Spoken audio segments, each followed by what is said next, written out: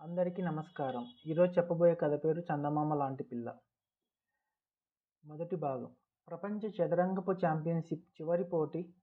ప్రపంచ ఛాంపియన్ పొలన్స్కీ మరియు భారత యువ ఆటగాడు రేవంత్ చివరి దశలో ఉన్నారు. సమయం గడుస్తోంది. ఆఖరి 5 నిమిషాల్లో రేవంత్ అద్భుతమైన ఎత్తు వేసి పొలన్స్కీని ఓడిస్తారు. అది చూసి అందరూ ఆశ్చర్యపోతారు. ప్రపంచ ఛాంపియన్‌ను ఓడించిన క్షణంలో భారత జెండా నిగనిగలాడుతూ ఎగురుతూ ఉంటుంది.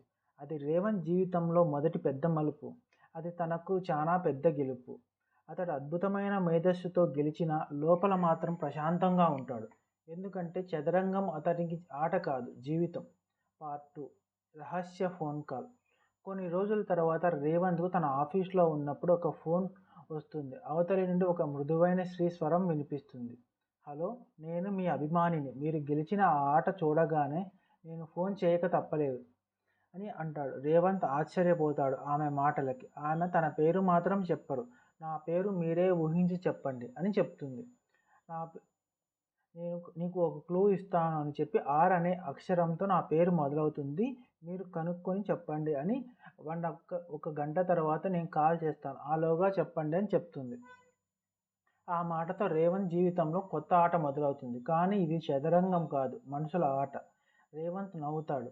రమ్యానా కాదు, రాధిక కాదు, రేణు కాదు అని ఇలా రకరకాలుగా కొన్ని పేర్లు చెప్పి అన్నీ కాదని చెప్తుంది. ప్రతిసారి ఆమె చిలిపిగా నవ్వుతూ తప్పు అని చెప్తుంది. రేవంత్కి ఆసక్తి పెరుగుతుంది. ఆ అమ్మాయి ఎవరు, తన గురించి ఎలా తెలుసుకుంది అని. పార్ట్ 3. మానసిక ఆట. ఆ ఫోన్ కాల్ రోజు సాగుతుంటాయి. రేవంత్ ప్రతిరోజు ఎదురు చూస్తాడు, ఇవాళ ఫోన్ వస్తుందా అని. ఆమె ప్రతిసారి కొత్త సవాల్ ఇస్తుంది. ఆమె స్వరం, తర్కం, మాటలలో తెలివితేటలు ఇవన్నీ రేవంత్ని ఆకర్షిస్తాయి. అతని స్నేహితుడు జేమ్స్ అతడిని ఆట పట్టిస్తూ చదరంగం కంటే కష్టం ఈ ఆడపిల్ల ఆటరా అని అంటాడు. కానీ రేవంత్కి ఇది కేవలం ఆట కాదు. ఆ అమ్మాయి మాటల్లో ఒక మంత్రం ఉంది. ఆమె కేవలం సౌందర్యం కాదు, మేధస్సు, మనస్సు కలిగిన ఒక వ్యక్తి అని అతనికి అనిపిస్తుంది. రాత్రిళ్ళు ఫోన్ సంభాషణలు పొడిగిస్తుంటాయి. అతడు ఆ స్వరాన్ని వినగానే ప్రశాంతతను అనుభవిస్తాడు. తన జీవితంలో ఒక కొత్త కాంతి వెలిగినట్లుంటుంది. కానీ ఇంకా ఆమె ఎవరో తెలియదు. ఆమె కేవలం ఒక చందమామ లాంటి పిల్ల, రహస్యమైన, అందమైన, మానసికంగా తెలివైన ఒక ఆడపిల్ల.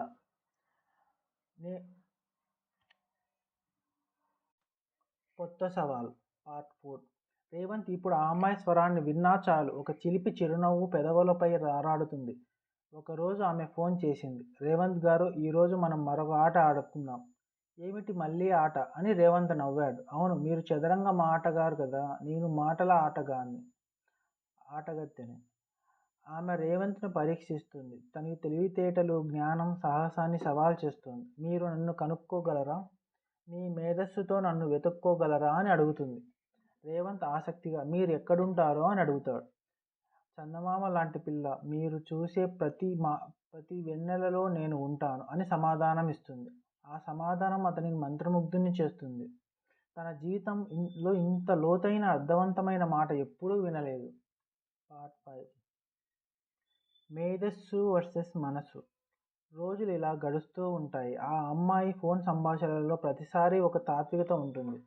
కొన్నిసార్లు ప్రేమలా, కొన్నిసార్లు పాఠంలా.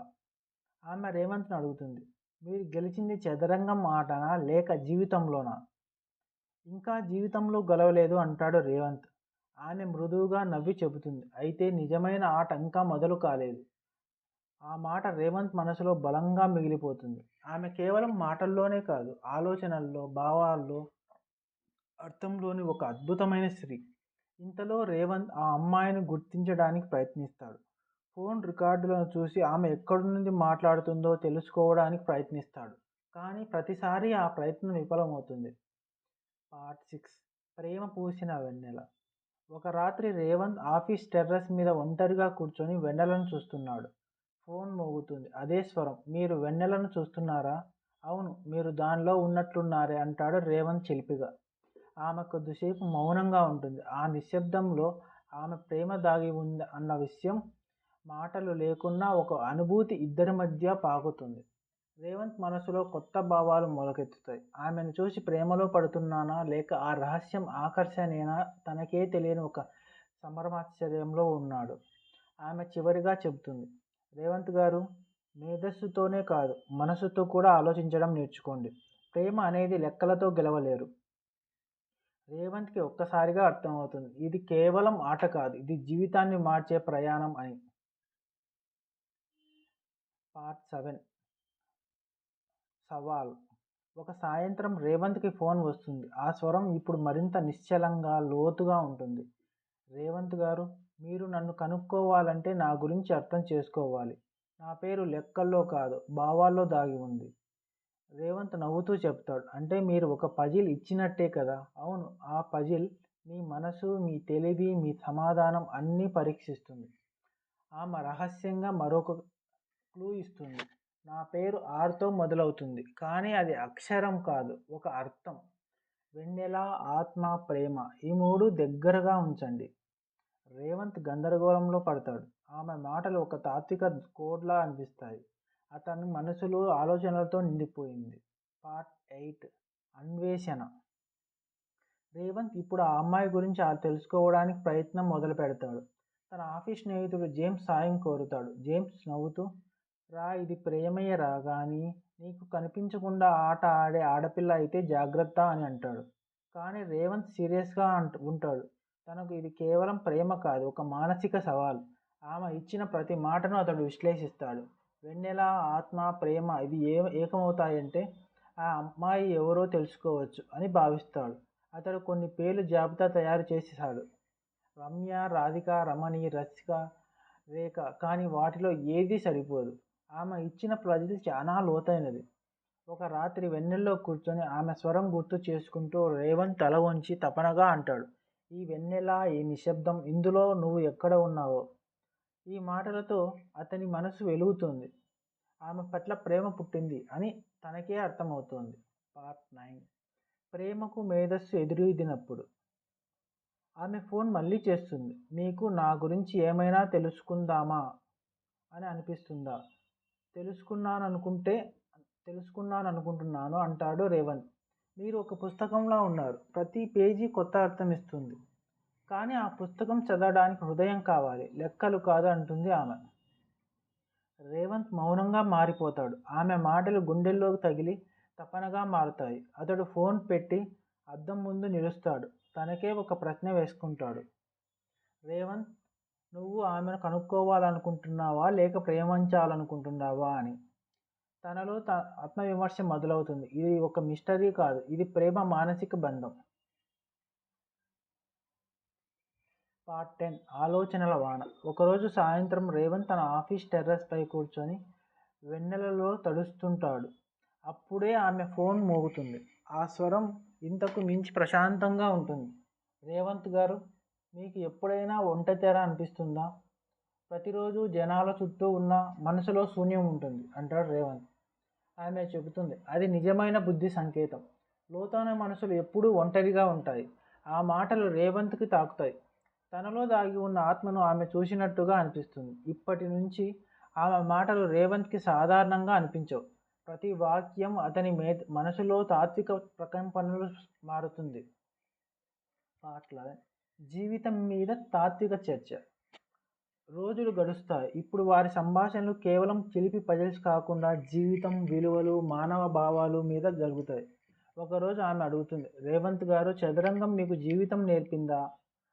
అవును, ప్రతి తప్పు ఎత్తు ఓటమి అవుతుంది, కానీ జీవితంలో కొన్నిసార్లు తప్పే మనల్ని బతికిస్తాయి.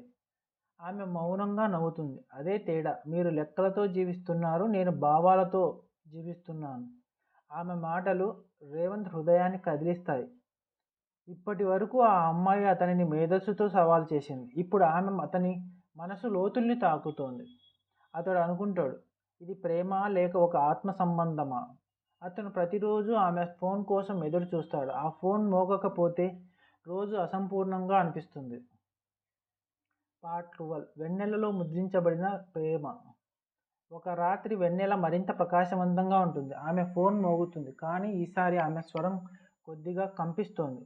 రేవంత్ గారు, మీరు నన్ను కనుగొనడానికి దగ్గర పడ్డారు. అంటే మీరు ఎక్కడో నా చుట్టూ ఉన్నారని అర్థమా? నేను ఎప్పుడూ మీ చుట్టూనే ఉన్నాను, మీరు గమనించలేదంతే. రేవంత్ ఒక్కసారిగా మౌనంగా మారుతాడు. ఆ మాటల్లో ఒక దాగిన సూచన ఉంది. అతను ఆలోచిస్తాడు. ఆమె తన పరిసరాల్లో ఎవరో, తన ఆఫీసులోనా, స్నేహితురాలా లేక పూర్తిగా అపరిచితురాలా? ఆమె చివరిగా చెబుతుంది, నన్ను కనుగొనడం కన్నా నన్ను అర్థం చేసుకోవడం కష్టం. కానీ మీరు దాన్ని చేస్తే వెన్నెల మీతో మాట్లాడుతుంది.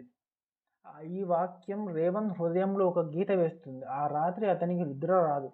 ఆమె స్వరం, ఆమె మాటలు, ఆమె తత్వం ఇవన్నీ అతని మనసులో ప్రతిధ్వనిస్తాయి. అతనికి ఇప్పుడు తెలుసు ఇది ప్రేమ కాదని. అనుకునేంత వరకు ఇది పెరుగుతుంది.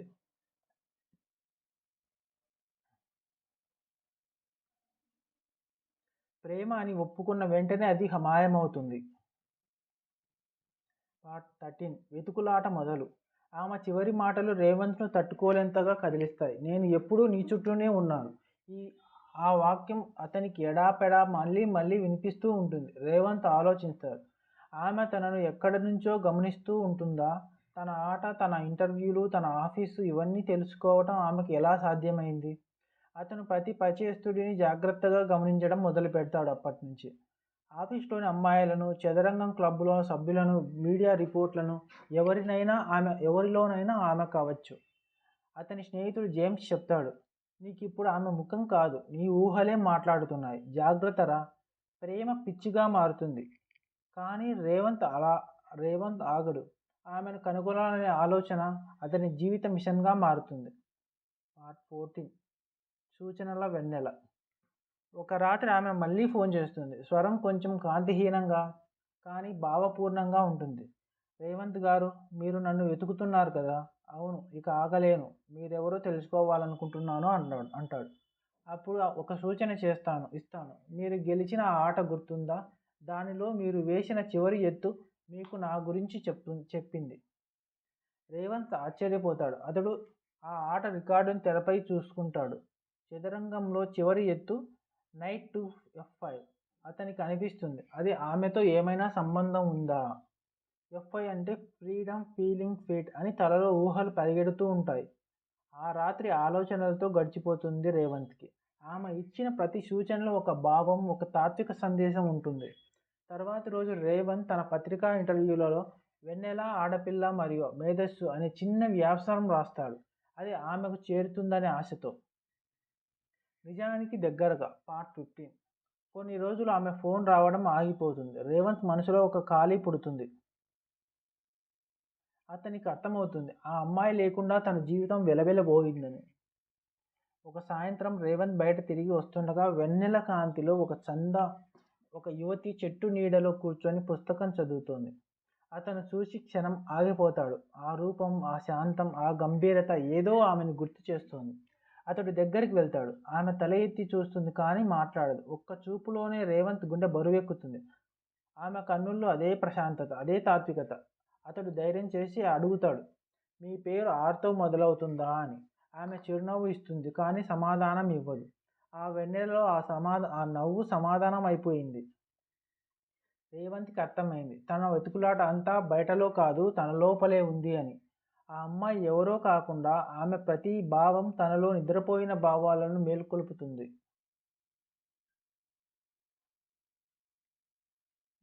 పార్ట్ 16 మళ్ళీ ఆ స్వరం. ఆ రాత్రి రేవంత్ నిద్రపోలేదు. ఆ చెట్టు నీడలో చూసిన అమ్మాయి ముఖం, ఆ నవ్వు, ఆ కన్నుల్లో కనిపించిన ఆత్మీయత ఇవన్నీ అతని మనసులో తుఫానులా గిరగిరా తిరుగుతాయి. తరువాత రోజు ఉదయం ఫోన్ మోగుతుంది. ఆ స్వరం, అదే స్వరం, అదే వెన్నెల్లా మృదువైన కానీ ఈసారి కొంచెం వేదనతో కూడిన స్వరం. రేవంత్ గారు, మీరు నన్ను చూశారు కదా అని అడుగుతుంది. అవును, అది మీరే కదా అని అంటాడు రేవంత్. అది వెన్నెల రాత్రి. మీరు అనుకున్నట్లే ఉన్నాను కానీ నేను మీ దగ్గరికి రావలేను అని చెప్తుంది. రేవంత్ కంగారు పడతాడు. ఎందుకు? మీరు ఎవరు? మీరు నా జీవితంలోకి వచ్చి ఎందుకు దూరం అవుతున్నారు అని అడుగుతాడు. ఆమె కొద్దిసేపు మౌనంగా ఉంటుంది. ఎందుకంటే నేను మీ జీవితానికి సవాలు, సాంత్వన కాదు. ఆ మాటతో రేవంత్ లోపల ఏదో విరిగి పడుతుంది. తన జీవితంలో మొదటిసారి గెలుపు కాదు, ఓటమి అనుభవిస్తున్నాడు. కానీ అది ప్రేమలో. పార్ట్ 17 నిజం బయటపడటం. కొన్ని రోజులు రేవంత్ మౌనంగా గడుపుతాడు. తన ఆట, తన కెరీర్, తన స్నేహితులు ఏదీ ఇప్పుడు అతనికి అర్థం కావటం లేదు. ఒకరోజు ఆఫీస్లోని జేమ్స్ అతనికి ఒక వార్త చూపిస్తాడు. ఒక పత్రికలో చిన్న కాలం ఉంది. చదరంగపు ఛాంపియన్ రేవంత్పై ఆలోచనలు. రేణుకా రమణి అని. రేవంత్ ఆ పేరును చూస్తేనే గుండె బరువెక్కుతుంది. రేణుకా రమణి, అదేనా ఆమె? ఆర్తో మొదలయ్యే పేరు. అదే తాత్విక శైలి, అదే భావం.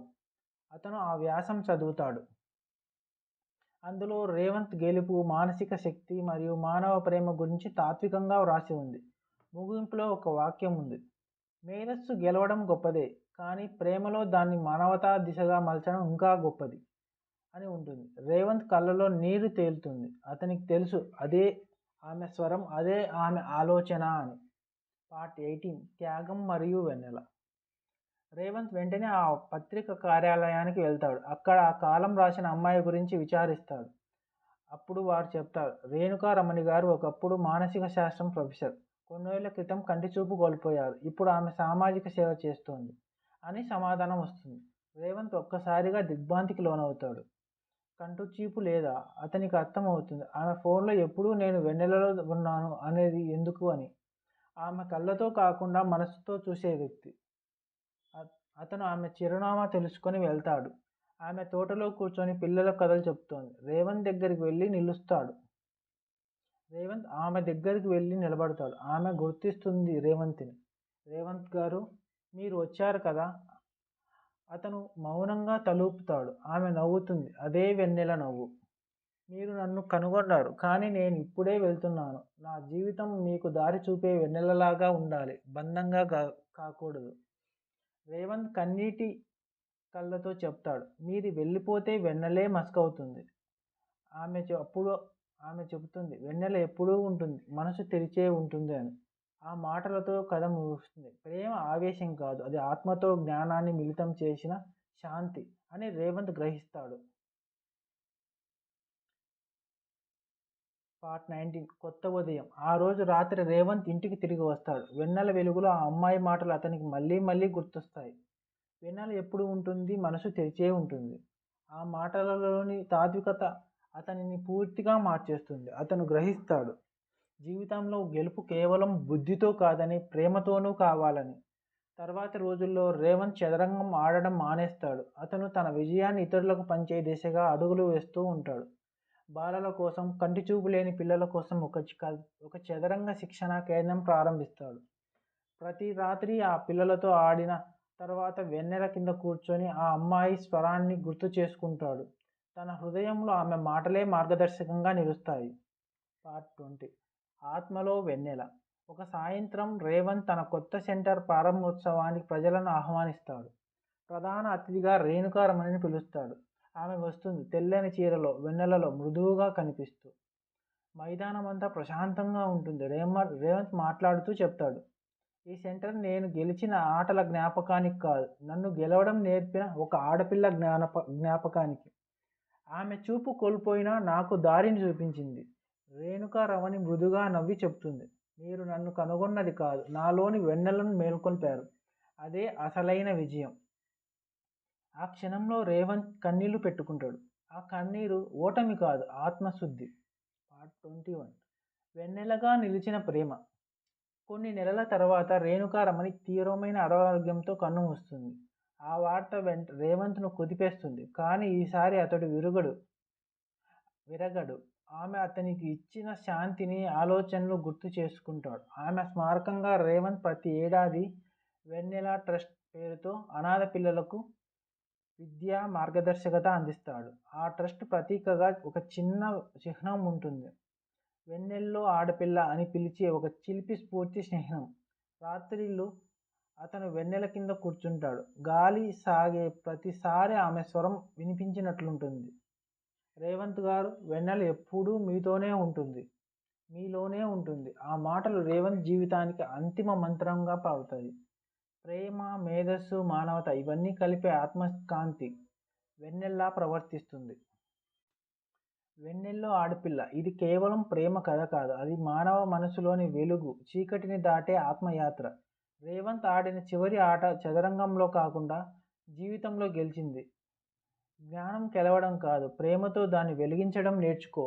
అదే కథ యొక్క శాశ్వత సందేశం. Thank you friends. Like this video and subscribe if you like this.